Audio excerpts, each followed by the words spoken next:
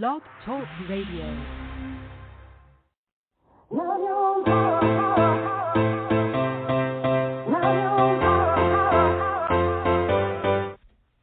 Chatting with Nat is a podcast for independent women seeking to speak their truth and to break down barriers. We host honest conversations that help to guide and empower women. Speak your truth and set yourself free. Let your voice be heard. Hi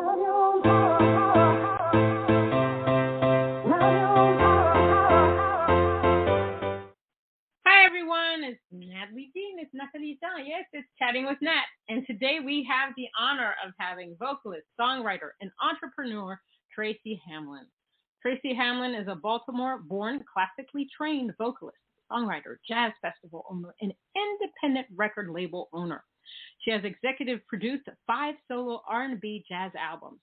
Tracy has performed in over 50 countries as a solo artist, as lead vocalist with Pieces of a Dream, and as a lead background vocalist with disco queen Gloria Gaynor. In addition, Tracy has performed with Carlos Santana, Marcus Miller, Chaka Khan, Wynona Judd, and Esperanza Spaulding, to name a few.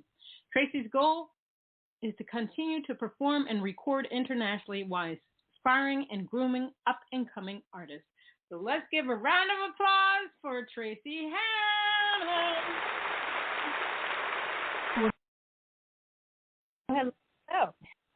Hi, Tracy. Hey, how's it going? Thank you so much for having me. I'm really excited to chat with you today. Oh, my gosh. You know the honor's all mine because you are the Tracy Hamlin. Not just Tracy Hamlin, the Tracy Hamlin. How have you been doing during this entire pandemic? You know, I have been doing very well. Early on, after 3 weeks of food and all the bad stuff that I shouldn't have been eating and being late for the couch, I realized that I needed to put myself on a plan and a routine because, but I needed the rest. I needed 3 weeks to just, veg out. But afterwards, I was writing. I write with folks from all over the world, and I've written more songs during this pandemic than I ever have because, of course, I started recording home because I wasn't going anywhere. Right. So I had my setup at home, and I was just writing, and releasing dance music singles, probably sometimes 2 or 3 a month. Wow, kind of ridiculous. Good. It was fun. Yes. Wow. Did you do any live streaming during this past year? So I did one situation in the house music world on Hands On Radio. I had a new single coming out, and they asked me to do a mini concert of 4 songs in promotion of the new single. So I did that, and then I did folks that were live streaming different concerts, like, for instance, for Dr. King's birthday, people would have me send in a videotape of me singing a song here and there. But, so I haven't done any full concerts live streaming, but definitely thought. The live streaming thing is very interesting. Sometimes you could be singing to yourself, not you because you're just Tracy Hamlin, but sometimes you can have a couple, but sometimes you have a lot of people. What it did for me is that in allowing me to remember my lyrics, because if I didn't start singing those things, they would have just flown out the window, out the mind. There's some songs I still remember, but then there's some I'm just like, I don't know, because when I used to dig out, I used to do a 3-hour set, and that's 30 songs. There's no way Natalie remembers this. Yeah, and the interesting thing for me is the hardest songs for me to remember are the ones that I've written the lyrics to. So even when I did my 4 songs, if you could have seen around the computer, I had all the lyrics just taped everywhere. So I completely. It's a thing. It is a thing. Yes, it is. Amen. Because I had my music stand. I had my lyrics, and I'm like, oh, I love this. This works for me. Right. So let's start with the story of Tracy Hamlin. What inspired you? What made you? What was that moment where you're like, whoa, I've got to do music? Well, it was very early on. I come from a very musical family, and growing up, my three older brothers used to imitate the Temptations and the Jackson 5, and we lived in a house that we always had people stopping by, so they were always performing, and when one of them was not there, I would kind of fill in. And then it got to the point that when they were all there, I said, you know what, I don't get to perform unless I'm substituting. So when I was 5 years old, I stepped out and went solo. Wow. I told them, don't ask me to fill in anymore. I want to sing every time people come. So I went solo at 5, and it was at, that moment that I said I want to be a teacher, I want to be a singer, and that is what I have done with my life. Everything that I do is under the umbrella of music, and so I ended up getting in my first band at 11 years old, toured up and down the East Coast, and I haven't looked back. I mean, it's what I do, it's what I love, it's what my passion is. Good for you. I love, my God, 11 years old. Wow. See, this is why I call the Tracy Hamlin. Well, the interesting thing is with me getting in that first band at 11 years old, one of my brothers took me to, it was a popular band in Baltimore, and they were having auditions, and my brother took me to the audition, and the band leaders, they kind of laughed, and I overheard them saying, well, she's here, let's just let her sing. Right. And they just thought joke that I was there, and then they heard me sing, and this was on a Monday. On Saturday, I was hired, and I had my first paying gig that Saturday. Wow, that's an awesome story. I love it. So you're classically trained. Yes. So I went to the Baltimore School for the Arts, and I had no choice. And I as I look back, I do not like that I did not embrace such an amazing opportunity. I went to the Baltimore School for the Arts. I had to audition to get in, and classical training is what they offered. And, I ended up, when I left, I had 3 years of classical training there, and then I did about 2 years at Peabody Conservatory. And I did not really understand the full benefit until it was done. And I'm so thankful for that experience because I did not enjoy it at the time, but after the fact, it is the reason that I have the control that I have as a singer. It's the reason that in traveling all over the world as a singer with asthma and allergies, I've never had any kind of vocal issues because the classical technique taught me how to sing correctly. And the discipline that I received it's just nothing like it. And, so I love being able to share the technique that I learned with other singers because it makes all the difference in the world, especially when I'm traveling around the world with, first of all, the Jeremy Plains, then you're going to these different countries with different climates, with different time, the time zones are different. And it just taught me to be extremely disciplined so that I can always perform. That's really great. Okay, so anybody listening, if you're just starting in college or wherever, high school, be trained. You want to do that. It's going to help you out there. Yeah, I mean, the techniques that I learned, I didn't learn anywhere else. And like I said, I did not enjoy it. And looking back, wow, what an amazing opportunity that I completely took for granted because I just learned so much about how to sing and so much about the voice. And it's why I run into singers all the time that are saying, well, what do you do? What should I do so that, I feel myself getting sick? What can I do? And I automatically just do everything to stay on ready so that I don't have any issues. But it's because of my training. Now, how would you describe your music? So I do jazz, R&B, and soulful house music. And, people always say, well, how is your music different from everybody else's? What makes you stand out? What makes anybody stand out is, I feel like when you listen to a singer or musician that has really experienced some trauma or drama or tragedies in their life, they perform, they sing, they play from a depth of emotions that they wouldn't be able to had they not experienced all of that. So when you hear my music, you're hearing a combination of my trials and tribulations, you know, that I'm putting to when I'm writing my lyrics, when I'm singing, when I'm ad-libbing. It is all coming from emotions created from my journey. I love that. I love it. Yeah, you know, it's just and interesting before. I mean, like I said, I've been singing forever, but it wasn't until I really went through some life challenges that people started saying to me, wow, you are anointed. Your voice is anointed. So it wasn't until I went through something, and it took me a long time to really understand what they meant. And then as I started listening intently to other singers, I could tell, I mean, I've heard great singers, but you can really, if you listen, you can tell if somebody's experienced something or not.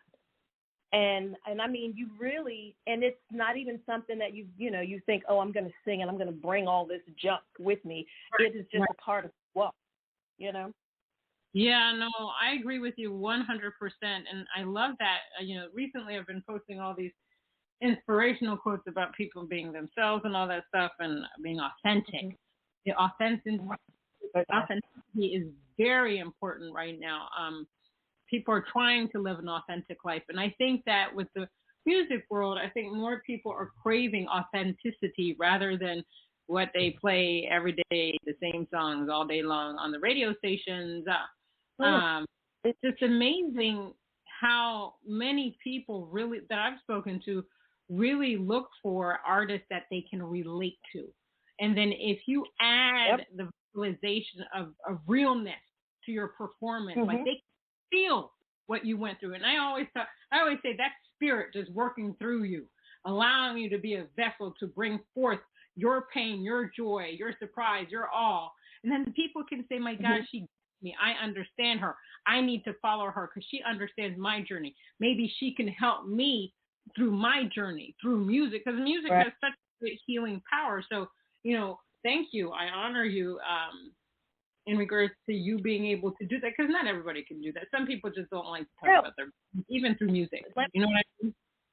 That was one of my biggest challenges, and just being authentic because, you grow up admiring and listening to all of these artists and music, and you initially start out thinking, okay, I need to be like them. I need to say what they said. I need to sing like they sang. And I went to this women's empowerment conference a few years back, and every speaker that I went to, no matter what the topic was, they all kept talking about be your authentic self.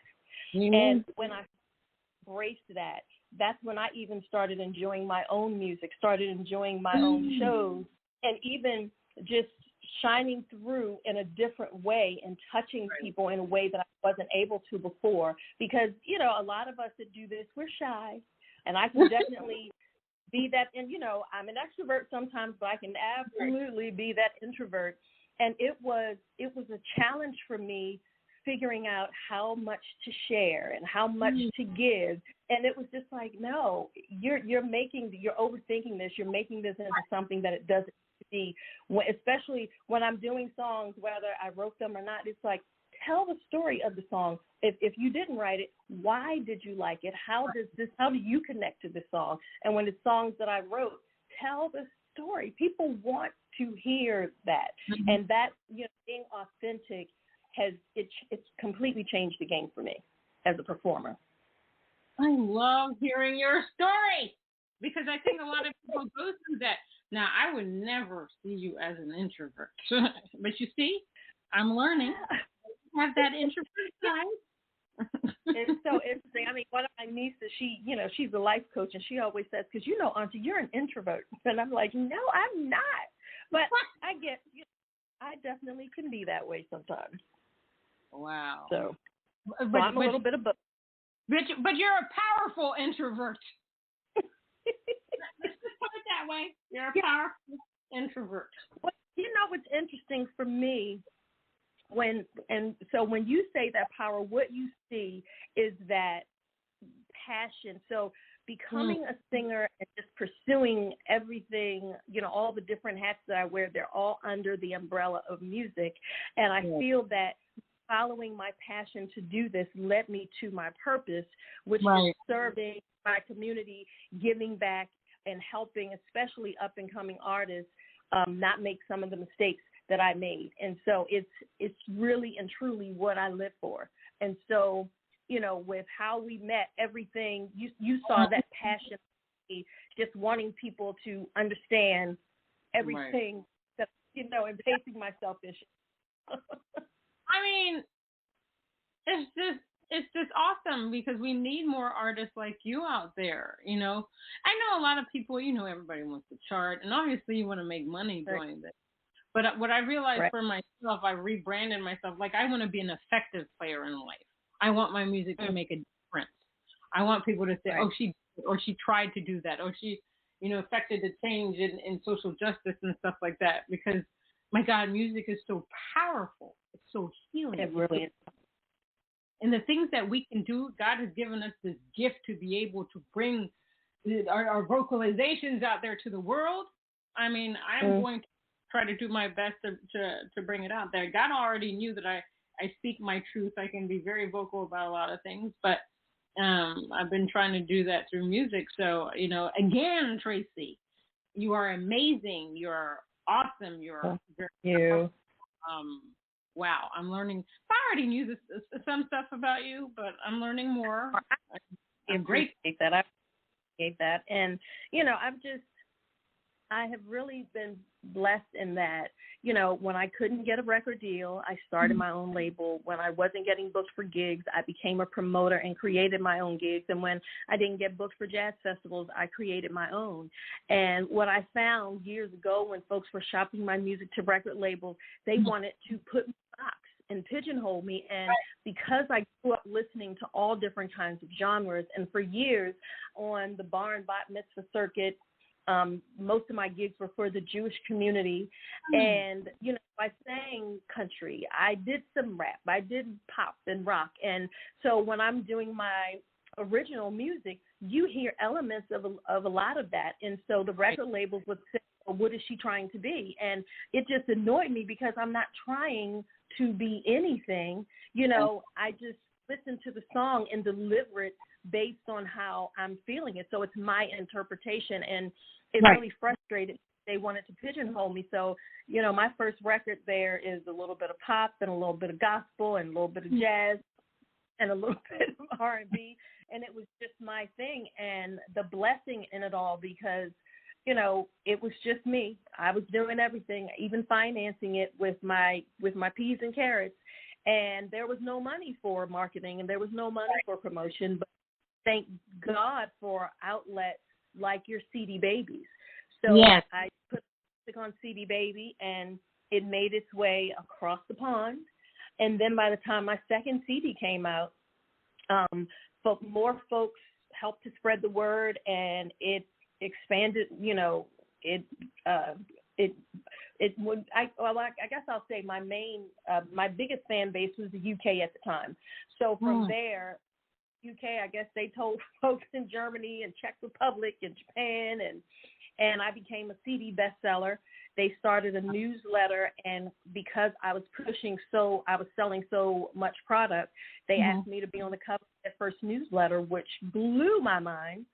And and then there, you know, my fan base just kept expanding and expanding and expanding. But everything that I've done, I really owe so much of it to CD Baby because, you know, I'm an indie artist, so I've never had those cash machines assisting. So it was word of mouth. And now, I mean, I've literally performed all over the world doing the jazzy R&B stuff as well as the soulful house music.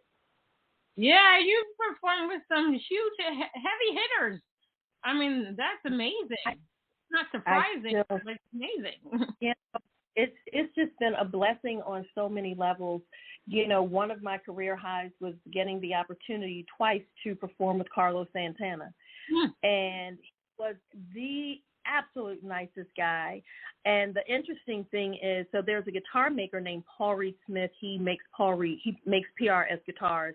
And Carlos Santana plays signature Carlos Santana guitars made by PRS. And so I was invited to perform for the guitar maker in his booth at NAMM. And on Friday nights, they do this really big show where all of the celebrities that play PRS guitars would perform at this concert. So the guitar maker also had a rock and roll band, and I was his vocalist. And so at this concert, Carlos performed 2 or 3 songs with the band, and then I came out, and he was supposed to leave. But he stayed and essentially became my guitar player, which blew my. And so at one point, he comes over to me, and we were trading licks. So I would do some type of riff, and he would play it on the guitar. So when the concert was over, the guys in the band teased him and said, Tracy was singing notes so high, Carlos, you could barely keep up. And so I went outside next to the dumpster and just cried. As I processed everything, because I mean, he is like, I followed his story. I've read all of the books about Carlos Santana. So to not only meet him, which was amazing, but to be on stage with him was amazing. And then 2 weeks later, I got invited to his concert. We went to sound check, and when he saw me, he said, Tracy, can you sing the song for me? So I learned a song during sound check and sang it at a Carlos Santana show in front of 30,000 people. Oh! Okay, well, next time I see you, I'm getting on my knees, and I'm gonna bow down. And you deserve it. Don't stop me when I do it. Don't stop me. No, I am going to stop you. Come on now. You what? That Yeah. You learned a song that fast, and then you performed in front of 30,000. Okay. Yeah.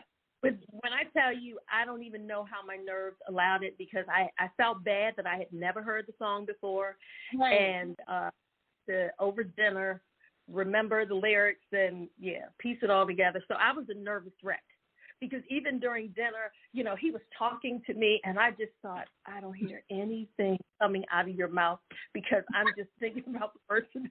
Oh, my gosh. But you did it. And it went well, I'm assuming.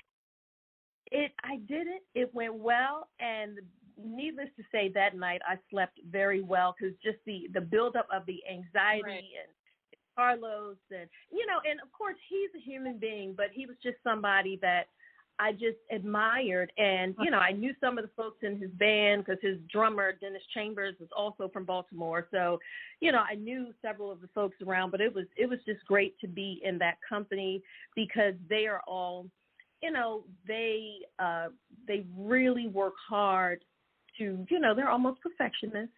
Right. And I just so much just being in them about how they operate, and just even with their passion and what they love, and how they move about before they go on stage. So wow, it was great. Whoa. And I tell you, next time I see you, don't move. I'm just gonna say, you are the queen, and I must bow down. How did you start the whole your jazz festival? What is it called? Oh, it's called Tracy Hamlin's Sweet Jazz Festival. Oh, okay. So my jazz festival, I frequent St. Lucia. That's like my second home.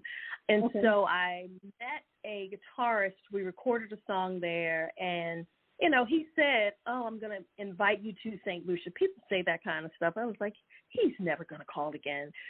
Lo and behold, he called, invited me to perform, and that was back in 2003. And so after that, I was called to perform for a local party in St. Lucia. Okay. And so guest of honor, the next year, he had hired some musicians from the states that kind of ghosted him. And because I lived here, he called and said, hey, can you find these folks for me? I couldn't find them. Their phone numbers were changed. Their websites were down. And these were popular people that show, I won't mention their names, but I thought I would be able to find them. Anyway, I couldn't find them. And he asked me if I could put together some artists for him. And I am the type of person that, within reason, I'm not going to turn down anything but my shirt collar. So I said, sure. So I found him. I got him Kirk Whalum, Wayman Tisdale, and a couple of other people. And so from there, the next year, they just kept asking me to bring over artists. So for 9 years, I ended up organizing this entire, it was a private party, but it became like a mini jazz festival because it was all about the performing artists. So I would bring over Sheila E., Layla Hathaway, Esperanza Spaulding, like just Jonathan Butler, all of these amazing artists. And so I did it there, and I absolutely loved it. And because I live in Northern Virginia, right beside wine, I just thought, oh, my goodness, I should do the same thing, but do it near where I live. And that was how it started, because I love organizing. I love event planning, even though I don't have a company, but people will call me to plan their events, which is interesting. And I went to a winery in Loudoun County and, you know, had meetings with the Department of Economic Development, the Tourist Board, and they thought it was a great idea, and I pieced it all together. And so the first year I had Gerald Albright and Alex Bouillon, Cindy Bradley, and of course I put myself on there with my band and background singers, and I incorporated some local talent, and partial proceeds went, it's a charitable component where I gave scholarships to students from low-income families. They received 1 year of private music instruction. So that was super exciting for me, because I always say music completely changed my life. With where I came from, I didn't become a product of my environment because I wanted to be a singer. Right. And, you know, I knew that I had to, you know, just be careful, because I was like, I want to travel the world. And if I thought, if I can provide an opportunity like some of the opportunities I had, and I can save some lives and change some lives, that's what I want to do. So that's, you know, that's one of the reasons that that doing this festival was so important to me, because, you know, I could pursue my passion of the planning piece, the performing piece, bringing these amazing artists to this area that's only here, along with providing these scholarships for students that otherwise would not have had these opportunities. Again, when I see you, I'm going to be bowing to you, because you are awesome. That's what you're doing great things in this world. So we're going to play one of your songs. The song is called Same Song. Tell us what that's about. So Same Song is a song that the music came to me from an amazing producer that I worked with. His name is Michaela Chiavarini. And so basically this is just a song of inspiration, and it's all about, no matter what goes on in life, you know, we shouldn't treat each other differently. We should honor each other, because we're all singing the same song. I love it. So we're going to hear a word from our sponsor, and then we'll play the song. Hi, it's Jordan and Madison, and we're Jay Madison out of Nashville, Tennessee. We'd love to tell you about B Squared Management, artist services by artists for artists. Get your press, branding, single release, and sync success plan now at bsquaredmgmt.com. And listen up to our latest single, Down, now on Spotify.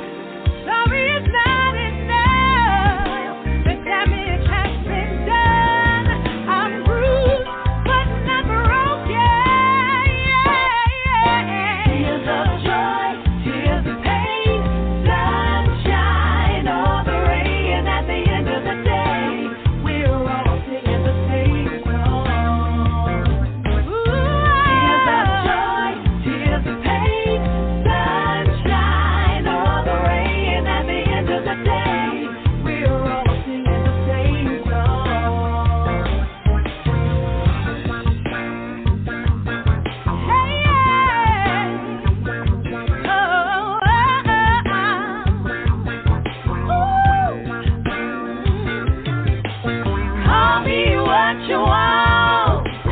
That can't change your stride. How do you stand up without spine? No, gotta rise above it all. It's not the last time we fall. Make your message, yeah. Gotta keep moving on. Keep your head up high. We're bruised but not broken. Tears of joy, tears of pain, sunshine or the rain. At the end of the day, we're all singing the same. We're all singing the same song. Tears of joy, tears of pain, sunshine or the rain. At the end of the day, we're all singing the same song. For they know not what they do, but you gotta forgive them too. Gotta know your circle, hurt people. Let the joy come from the pain. Let it come on in. Gotta know your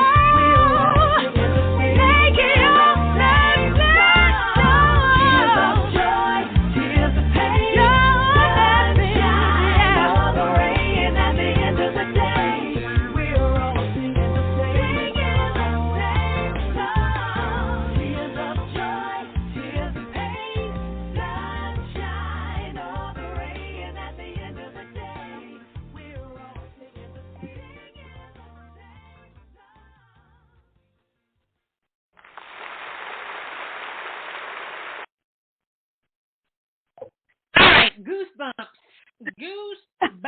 And yeah, you are very passionate. I could feel it. I was channeling my inner Chaka Khan on that song. Oh my God, oh Lord have mercy. I was just, whoo. Yes, girl, you can sing. It's not sing, it's sang. It's just, wow. That's just, well, okay. So tell us about your independent record label. What is it called? My label I started in late 2004. It's called DMH Records. It's my late mother's initials. It stands for Dorothy Marie Hamlin.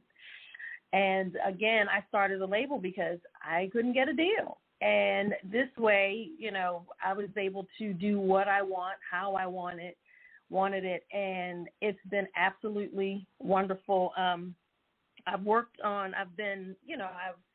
started putting together compilations so that I could feature other artists, and then the pandemic. So at this point, I'm the only artist, but I've released 5 solo projects on that label. And, I like to tell independent artists it's very important to own your masters, because I not only get paid, through a company like a Sound Exchange, I get paid as a performing artist, but I also get paid for owning the masters. Right. So that has served me well during the pandemic, when no work was coming in. Wise advice. I always tell people the same thing. No, that's awesome. Do you think eventually you'll have other people on the label? Yes. I have a list of folks who want to release music, and I spend a lot of time educating folks, because I need to know that I am not, if I take this on and I attach their brand to my brand, that I'm not taking on somebody whose heart is not in it. You can't do this because you want to be famous. It's so much more to being a recording artist than just getting up there to sing or perform. So, and in the past I've done that. I've worked with some folks, and then it got to the point where, okay, we have come to the end of our journey because I don't trust attaching my brand to somebody that I'm not sure that I can trust.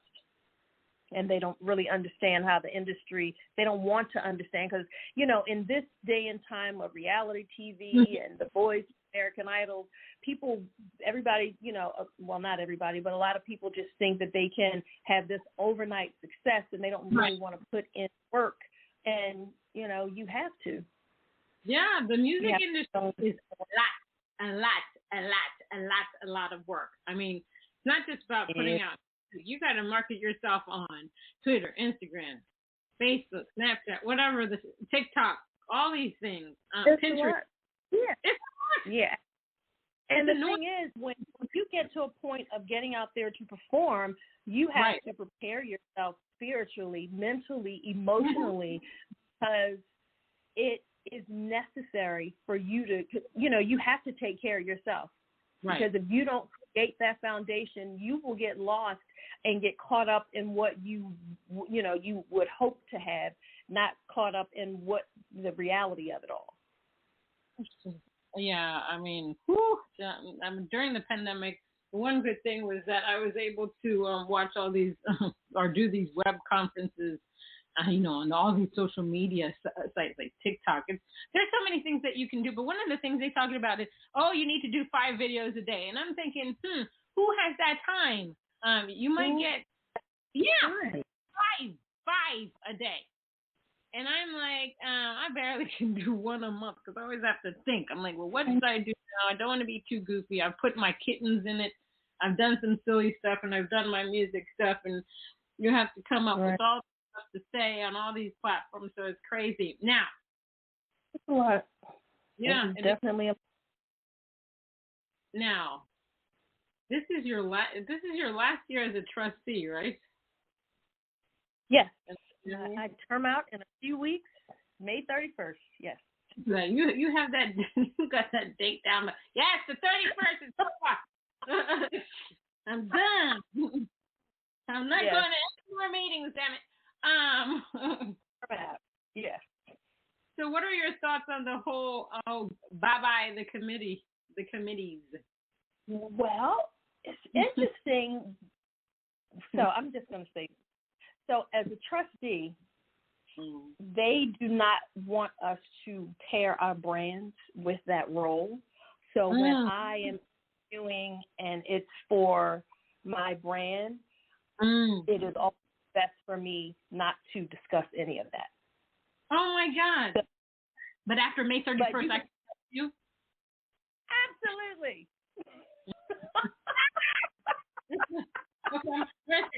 I'm like, it's June 1st, Tracy.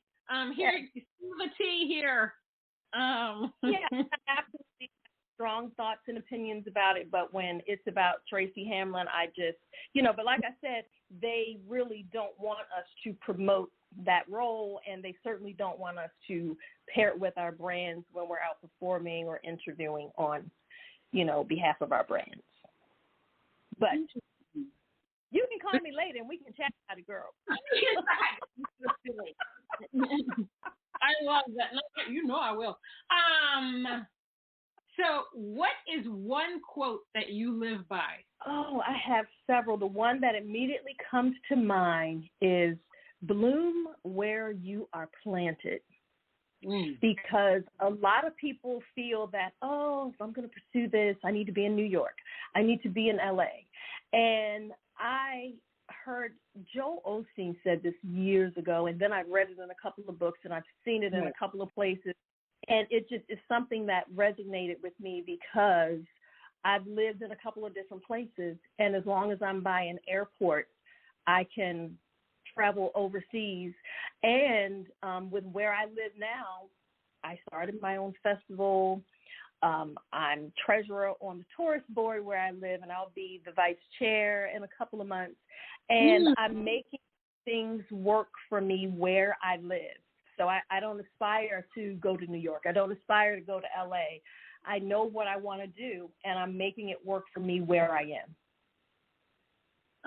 So I think that's one of the things. We talked about the other one earlier about be authentic.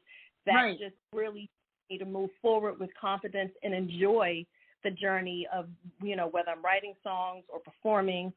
And another quote that I live by is run your own race, because in social media, so many people compare themselves to what somebody else is doing, which probably isn't the truth half of the time. Right. So you have to you have to be your authentic self, and you have to run your own race. And what's for me is for me. What's for you is for you. And folks just really have to understand that and not get caught up in what other people are doing. Do what is best for you.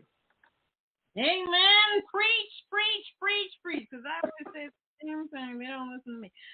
What's one thing you wish you had known when you began your career?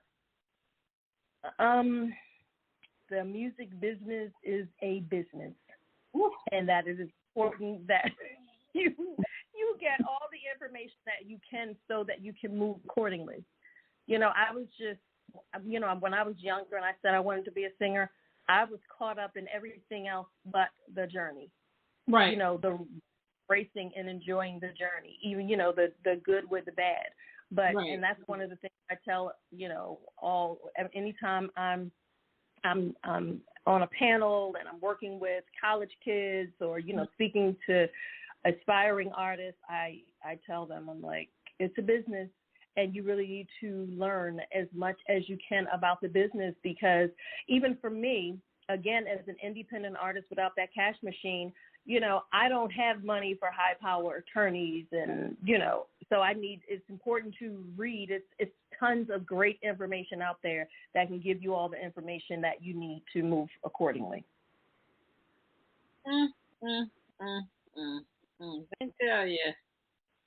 The music business is a lot of work, and I think that's what you realize. You're not just, like you said, it's not like you're going to get on The Voice or American Idol or whatever is out there now, and just have this career. It just doesn't happen that way. It's not reality. I mean, it's those people that have been able to do it. They're lucky, good for them. But that's not the reality of things, and you really have to be invested in yourself. And also, this day and time, the way the music industry has evolved, you have to be willing to wear more than one hat. That's what I'm saying? As a recording artist, I'm the singer, but when I'm doing these gigs, oftentimes I'm the promoter. I'm the, even though I have a music director, I am still leading, so you have to be willing to wear. I mean, unless you're that fortunate person that can get with a label and you have that cash machine with you, that's absolutely wonderful. I have never had that luxury, so I tell people all the time my middle name is Hustle Woman, and I like to get things done. So I just wear many hats and, make it happen. So do I. Well, Tracy, this has been enlightening, and it's been my honor to have you on Chatting with Me. Well, it has been my I think, I'm so appreciative of folks like you that create these wonderful platforms for us independent artists to share our music and share our stories and journeys. So thank you so much. It is truly my honor to spend this time with you. Thank you so much for inviting me. Anytime. Don't worry, I'm going to call you. And I'm going to bow down when I see you, because I'm dead serious about that. All right, everyone. That was vocalist, songwriter, and entrepreneur Tracy Hamlin on Chatting with Nat. Go follow her. It's www.tracyhamlin.com. Find her, seek her, be enthralled, be amused, be one with Tracy. You will be filled with emotion and joy. Thank you so much, Tracy. Yes. And thank you. Until next time. Have a great evening. Thanks, everybody, for listening.